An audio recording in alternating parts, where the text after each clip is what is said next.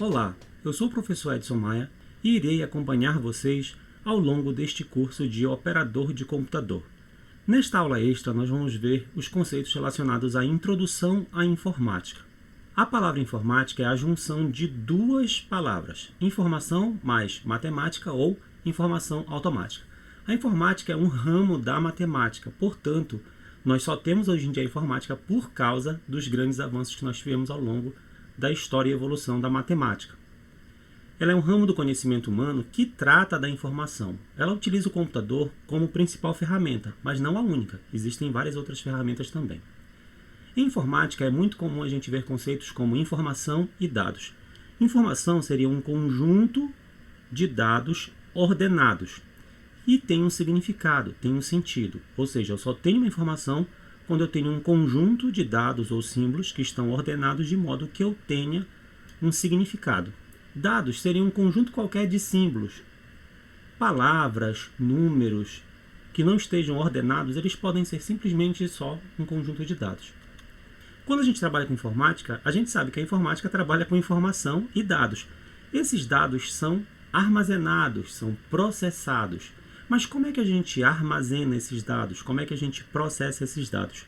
Para a gente entender sobre a capacidade de armazenamento, sobre as velocidades de processamento, existem unidades de medida dessas informações.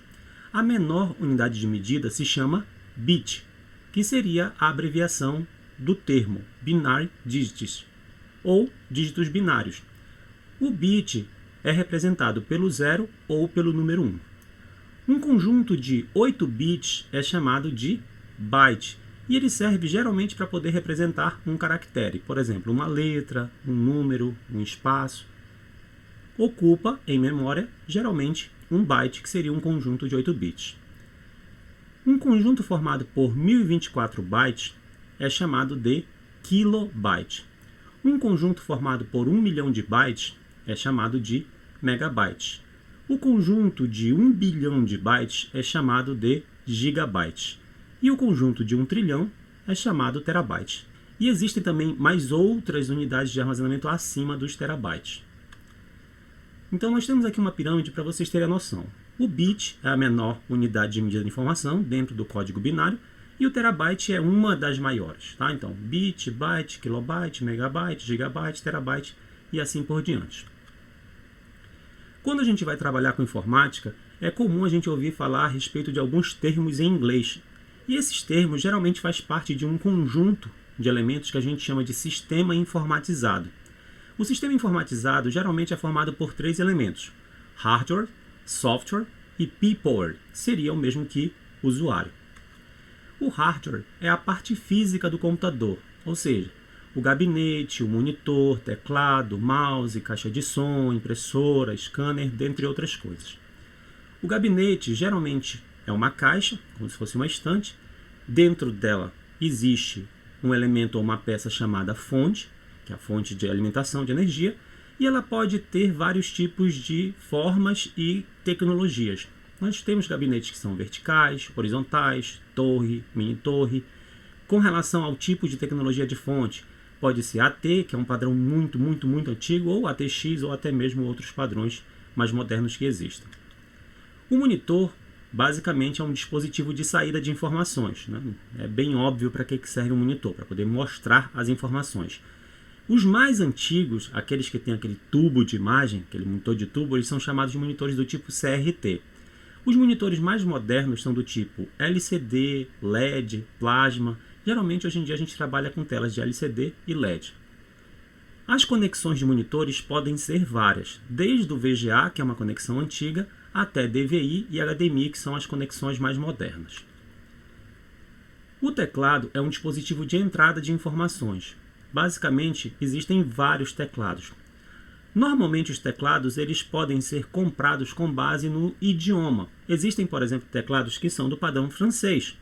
Existem teclados que são do padrão americano. Existem teclados que são do padrão do português brasileiro. No Brasil, nós utilizamos, por exemplo, a tecla C cedilha, a letra C cedilha. E a gente só encontra essa tecla se o seu teclado for do layout ABNT ou ABNT2. O chamado teclado padrão ou Estados Unidos Internacional, ele não vem com a tecla C cedilha.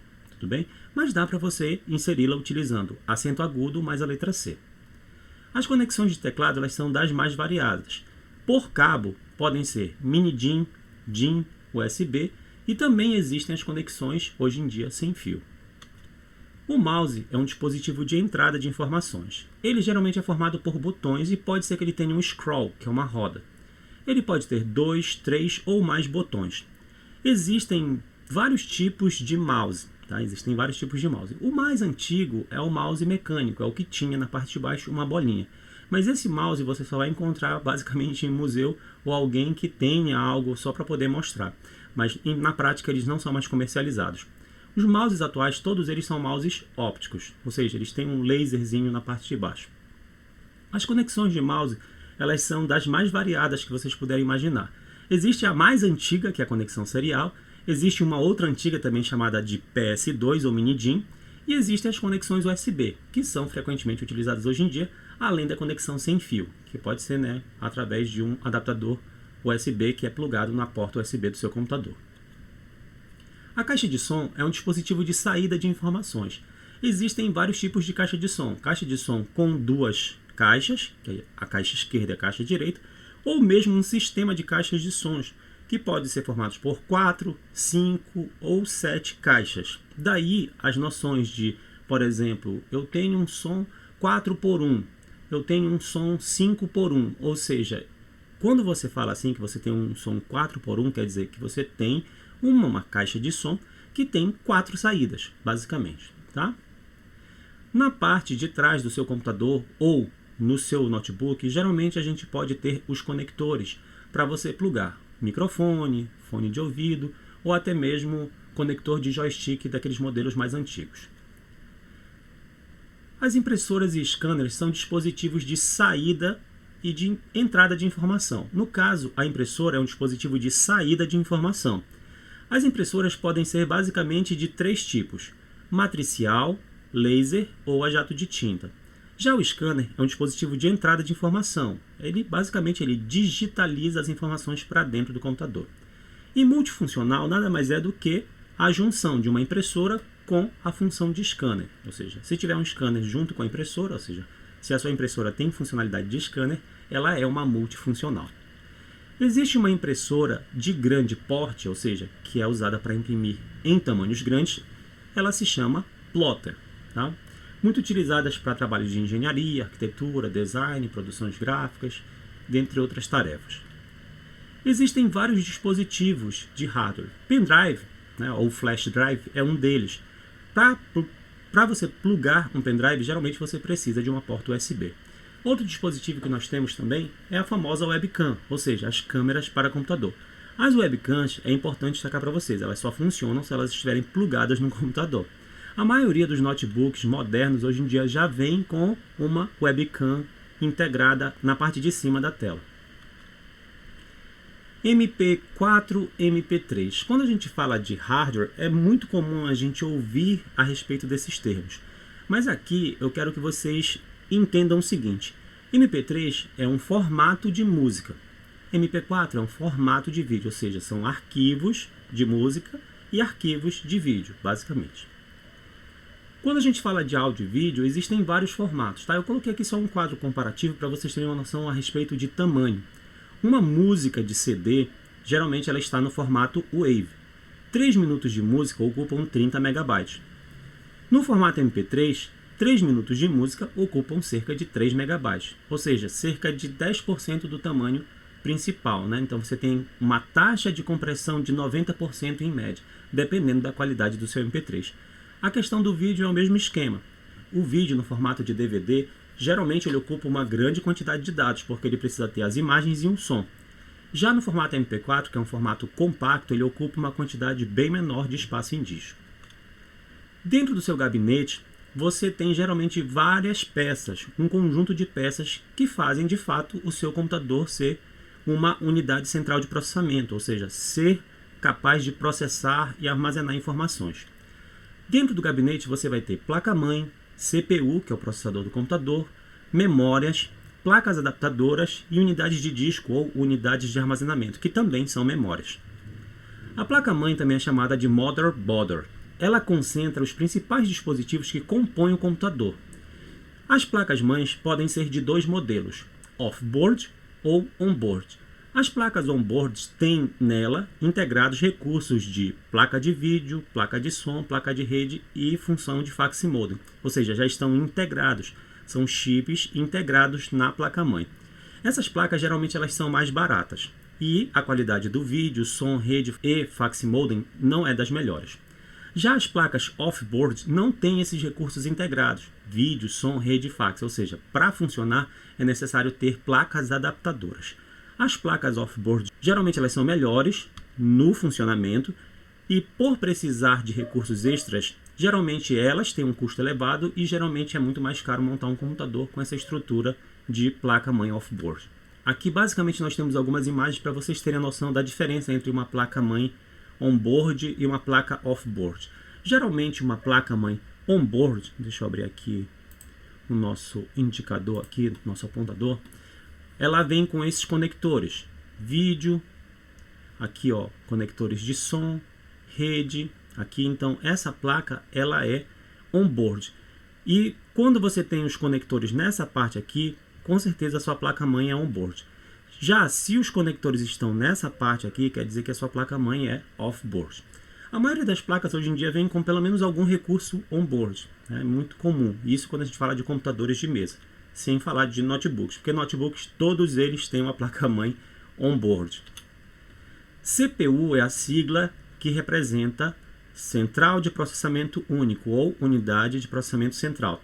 Basicamente é o processador do computador, é o cérebro dele, é ele que faz os cálculos para que o computador funcione.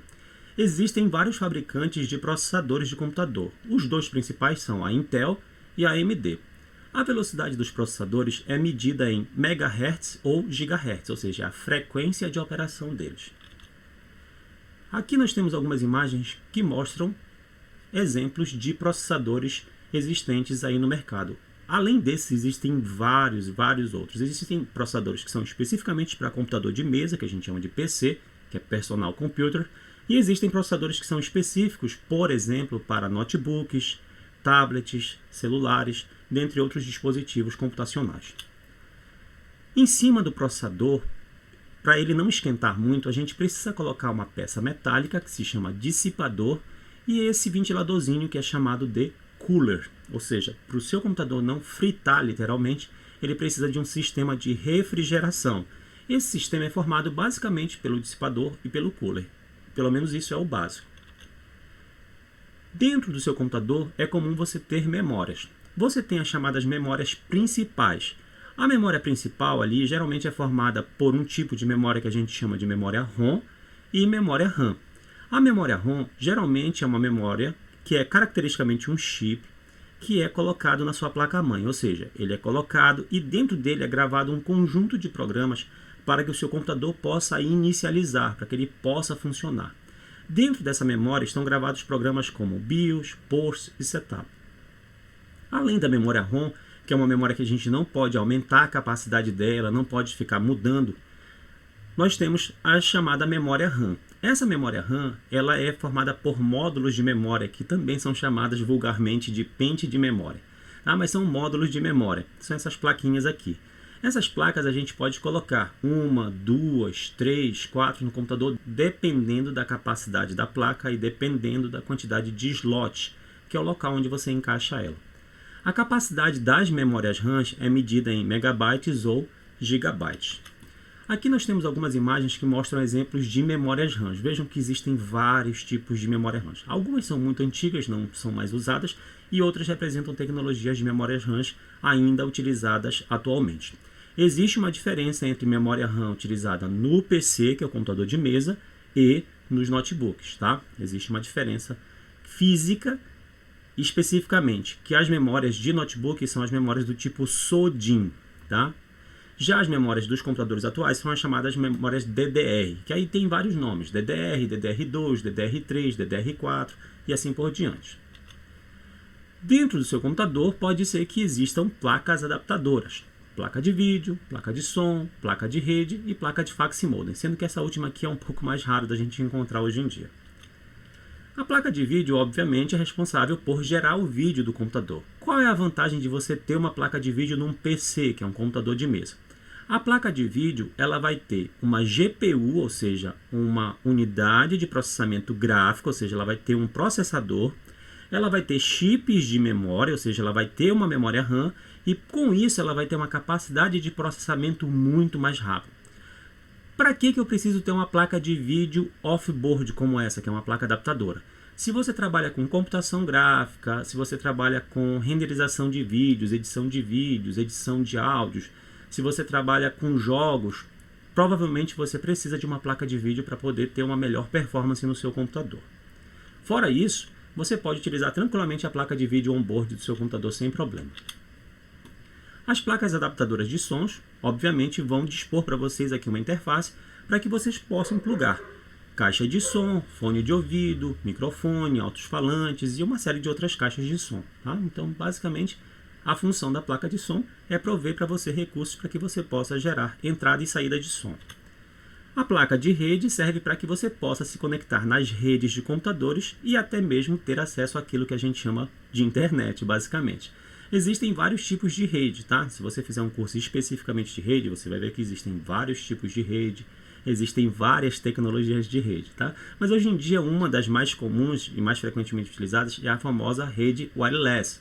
Wireless significa sem fio. Então você pode ter essas aqui com antena para você se conectar às redes sem fios, ou essas aqui que tem um dispositivo que parece um dispositivo USB, parece um pendrive, mas ele também permite que você possa se conectar a redes sem fios. A placa adaptadora de fax modem ela não é muito comum de ser encontrada hoje em dia. Nela, geralmente, a gente pluga o cabo da rede telefônica para que você possa utilizá-la para poder ter acesso a redes específicas. Hoje em dia, a gente não trabalha mais com esse tipo de conexão. Quando a gente fala sobre armazenamento de dados no computador, o armazenamento é feito em unidades de armazenamento. Existem várias, pessoal. Essas aqui de cima são disquete. A gente não usa mais isso aqui, tá? É coisa de museu.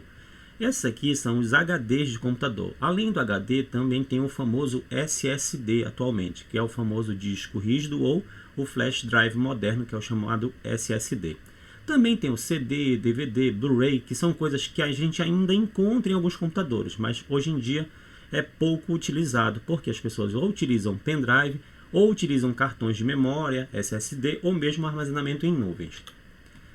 Os cartões de memória, ou memory cards, existem várias tecnologias. Depois vocês podem dar uma pausa no vídeo e olhar aqui os nomes, ver a capacidade de armazenamento, os tipos, tá?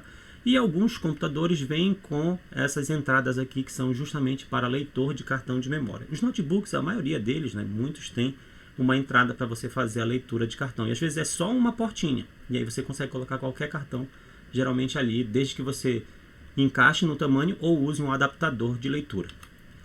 As capacidades de armazenamento variam de acordo com o tipo de unidade de disco, tá? Os HDs, os SSDs têm uma capacidade de armazenamento maior. CDs e DVDs, né? O CD menor, DVD e Blu-ray tem umas capacidades maiores de armazenamento, e pendrive, hoje em dia, nós temos capacidade de armazenamento muito grandes. Além do armazenamento físico, nós temos um armazenamento que é chamado de armazenamento em nuvens. Quando a gente fala de armazenamento em nuvens, a gente está armazenando em um HD ou SSD, só que remotamente, ou seja, a gente está usando a internet para enviar um arquivo do nosso computador para ser armazenado em um outro computador que está num servidor. Um servidor é um computador, basicamente, tá? Que tem uma capacidade de processamento e armazenamento grande. As mídias de armazenamento aqui tem só as siglas para que vocês depois possam dar uma pausa no vídeo e olhar qual é a diferença entre as siglas. CDR, CDRW, DVD-R, DVD-RW, o que é esse "-R", mais R, tá? Isso aqui era coisas que a gente usava muito antigamente, mas às vezes eles fazem essas perguntas em alguns processos seletivos e concursos públicos, tá? Apesar de que o CD e o DVD estão em franca extinção. Quando a gente fala de hardware, a gente viu que é a parte física do computador. Já o software é a parte lógica do computador, ou seja, qualquer programa de computador, qualquer tipo de programa de computador, de celular, de tablet, de dispositivo computacional, a gente chama de software ou programa. Os softwares podem ser classificados em vários tipos. A gente pode classificar em dois grandes tipos: os sistemas operacionais e os aplicativos. Os sistemas operacionais são os programas que tornam possível você usar um computador, um celular ou um tablet. Por exemplo, MS-DOS, Unix, Windows, Linux, Mac, dentre outros. São sistemas, o Android, por exemplo, são sistemas operacionais que permitem, ou seja, eles provêm recursos para que a gente possa usar o hardware do computador. Tudo bem? Além deles criarem essa plataforma para a gente trabalhar, existem os chamados aplicativos. Os aplicativos são os programas compatíveis com o sistema operacional, ou seja, todo o sistema operacional traz alguns programas, mas a gente também pode instalar depois outros programas no nosso sistema operacional. Então é importante você entender, se você tem, por exemplo, um sistema operacional Windows, você vai ter aplicativos para o Windows. Se você tem um sistema operacional Linux, você vai ter aplicativos para Linux. Se você tem um sistema Mac ou Android, você vai ter aplicativos para o Mac ou para o Android. Tá? Então os aplicativos sempre eles precisam ser compatíveis com o sistema operacional. Aqui nós temos alguns ícones que representam sistemas operacionais. Atualmente, por exemplo, o Windows está na sua versão 10 e 11. Mas além do Windows, nós temos o macOS X, que está em várias versões. Essa aqui era a versão Leopard, mas hoje em dia está Montgomery. Eu não lembro o nome agora, tá, pessoal? Eu ainda não tive dinheiro suficiente para poder comprar um Mac na minha vida aí. E o Linux é o mundo grande. Tem, por exemplo, versões do Linux brasileiras. Essas aqui são antigas, como o Linux Kurumin, o Linux Mandriva. As versões, outras versões do Linux que são famosamente conhecidas, como a Red Hat, Debian, Fedora, SUSE, Ubuntu, dentre outras, tá? Sistemas operacionais existem muitos, fora os de celulares, que também são sistemas operacionais, tá? Como o Android. O Android é um sistema operacional baseado em Linux, ou seja, o Android que você tem no seu celular ou tablet, caso você tenha um celular com sistema Android, ele é sistema Linux. A base dele é o sistema Linux. E os aplicativos são qualquer programa de computador. Então, por exemplo, um programa para você digitar, como o Word, que é o processador de texto. Programa para fazer cálculos mais elaborados, como o Excel, que é de planilha eletrônica. Ou para fazer apresentações multimídias, como essa que eu estou usando aqui, que é o PowerPoint. Ou mesmo os famosos browsers ou navegadores web, como o Firefox, Google Chrome, são aplicativos. Fora os apps que nós conhecemos hoje muito bem, que são aplicativos que a gente também tem em celulares. Agora é só a gente ir para a prática, tá? Essas aulas foi só para que a gente pudesse introduzir os conceitos de informática. Daqui para frente, basta você assistir os vídeos sobre Windows, Word, Excel, PowerPoint, internet, para que você possa deslanchar aí na carreira neste nosso curso de operador de computador. Até as próximas aulas. Tchau, tchau.